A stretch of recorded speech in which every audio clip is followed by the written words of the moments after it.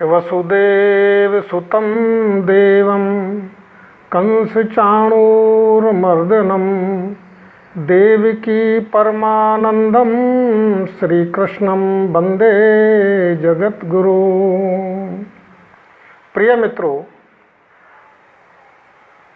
जीवन दर्शन चैनल में आपका स्वागत है, वंदन है, अभिनंदन है। मित्रों, गत वीडियो में आपको मानव जीवन की महत्ता, उत्कृष्टता और सर्वोच्चता के बारे में बताया था। आज के वीडियो में मानव जीवन की उत्कृष्टता की मुख्य बातें, मुख्य बिंदु उद्धृत किए जाएंगे, जिनमें संक्षिप्त में उन बिंदुओं का बताया जाएगा। बाकी विस्तार से अगले वीडियो में बताएंगे। मानव जीवन की उत्कृष्टता और सर्वोच्चता के बारे में रामचरितमानस में गरुड़ और काकभुसुंडी का संवाद प्रसिद्ध है, उसको यहाँ उद्धृत करते हैं। गरुड़ जी ने काकभुसुंडी जी को कहा कि हे मतिधीर, मैं आपसे 7 प्रश्न करता हूँ। उनमें पहला प्रश्न इस बात का है कि मानव जीवन को, मानव देह को सर्वोत्कृष्ट क्यों माना जाता है। तो चौपाई के रूप में गोस्वामी तुलसीदास जी ने उद्धृत किया है, प्रथम ही कहूँ नाथ मति धीरा, प्रथम हूँ कहूँ नाथ मति धीरा, सबसे दुर्लभ कवन शरीरा। इस प्रश्न का जवाब काकभुसुंडी जी ने इस प्रकार दिया है, नर तन सम नहीं कवनेउ देही, नर तन सम नहीं कवनेउ देही, जीव चराचर जाचक तेहि। काकभुसुंडी जी ने स्पष्ट किया कि मनुष्य योनि, नरतन और मानव देह के बराबर इस सृष्टि में, इस चराचर जगत में कोई दूसरी योनि और दूसरी देह, दूसरा तन नहीं है। कि इसके बारे में मैं विस्तार से आपको और बताता हूँ, लेकिन समय की बाध्यता के कारण बिंदुवार आपको मैं स्पष्ट करता हूँ। प्रथम बिंदु है मोक्ष का द्वार। मानव शरीर मोक्ष द्वार कहलाता है, क्योंकि जो भी मनुष्य निर्वाण, मोक्ष और मुक्ति चाहता है, उसे मानव योनि में आना ही पड़ेगा। बिना मानव योनि के मनुष्य योनि को या किसी भी जीव को मोक्ष नहीं मिल सकता। इस संबंध में रामचरितमानस में गोस्वामी तुलसीदास जी ने बताया है, साधन धाम मोक्ष कर द्वारा, साधन धाम मोक्ष कर द्वारा, पाई न तेहि परलोक समारा, पाई न तेहि परलोक संभारा। दूसरा बिंदु मनुष्य योनि, कर्म योनि है। इस संबंध में गत वीडियो में बता दिया है, लेकिन संक्षिप्त में यही है कि मनुष्य योनि कर्म योनि है और स्वर्ग अपवर्ग पाने के लिए मनुष्य योनि एक तरीके से सिद्धि का काम करती है। स्वर्ग नरक अपिवर्ग न सैनी, स्वर्ग नरक अपिवर्ग न सैनी, ज्ञान विराग भगति शुभ देनी। मनुष्य योनि में साधना करके आदमी अपवर्ग, स्वर्ग उनको प्राप्त कर सकता है और साधना की सिद्धियों से वह अपना मोक्ष प्राप्त कर सकता है। तीसरा बिंदु लघु ब्रह्मांड। यत पिंडे तत् ब्रह्मांडे, यत व्यष्टि तत् समष्टि।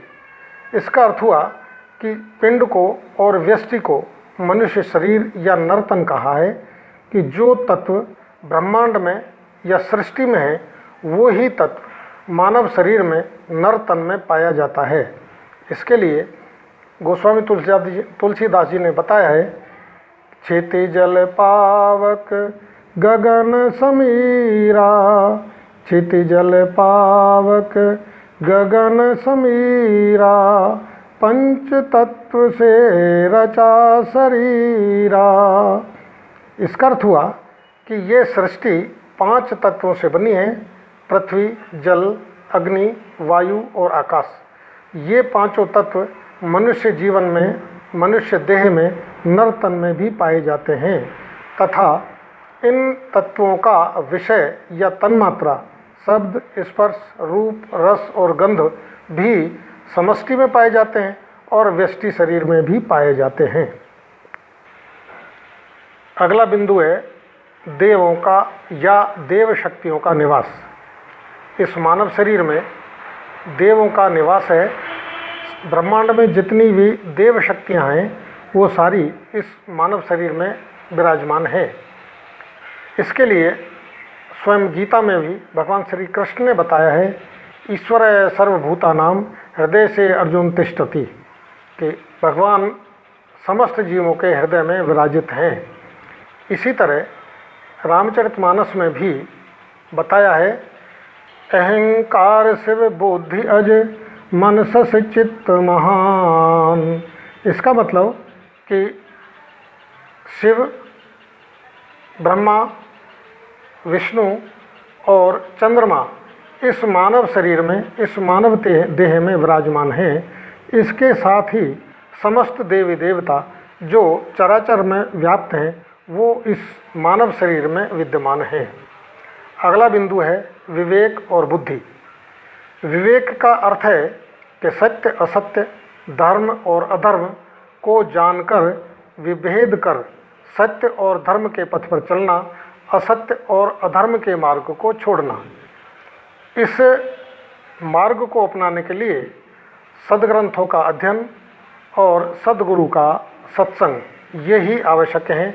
इनसे ही सत असत का विवेक जागृत हो जाता है।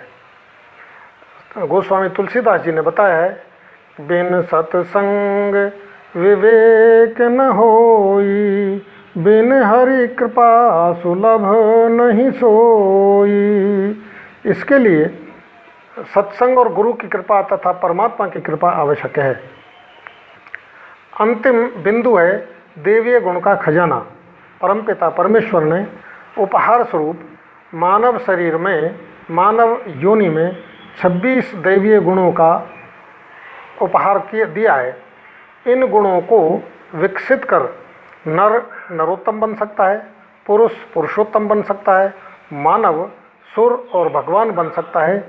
इसलिए इन गुणों के विकास में साधना और आराधना का मार्ग अख्तियार करना चाहिए, जिससे देवीय गुण का विकास होने पर आत्मा का कल्याण हो, आत्मा का सुधार हो और आत्मा की उन्नति हो। अब इन 6 बिंदुओं को एक साथ देखते हैं। तो प्रिय मित्रों, इस वीडियो को सुनने के बाद आप अपने आप से प्रश्न करें और दैवीय गुण, देवों का निवास जैसी मानव देह और मानव शरीर को प्राप्त करने के बाद मनुष्य हताश, निराश और विषाद में क्यों रहता है। यदि हमारे पास धन नहीं है, संपत्ति नहीं है, प्रतिष्ठा नहीं है, लेकिन इन सब के न होने के बावजूद भी हमारे पास अमूल्य और अनमोल भगवान का उपहार मानव शरीर है तथा भगवान की कृपा और भगवान का उपहार दैविक शक्तियों का निवास भी हमारे पास है। अतः हमें अपनी दैविक शक्तियों को विकसित करने के लिए दैविक शक्तियों को जानना, उन्हें समझना और जागरूक करना आवश्यक है। इसके लिए हमें सद्ग्रंथों का अध्ययन, सद्गुरु का सत्संग कि आखिर हम प्रसन्न और सुखी क्यों नहीं हैं। इसके लिए हमारे अनमोल और अमूल्य मानव शरीर को पवित्र और शुचिता करते हुए मानव शरीर को देव मंदिर की तरह, देवालय की तरह पूजना चाहिए तथा इस मानव शरीर में निवासित समस्त दैविक शक्तियों को जागृत करना चाहिए। इन शक्तियों के जागृत होने पर हमें पूर्णतः शांति, सुख और समृद्धि मिलेगी, जिससे इहलोक और परलोक दोनों ही सुधर जाए। ओम तत्सत।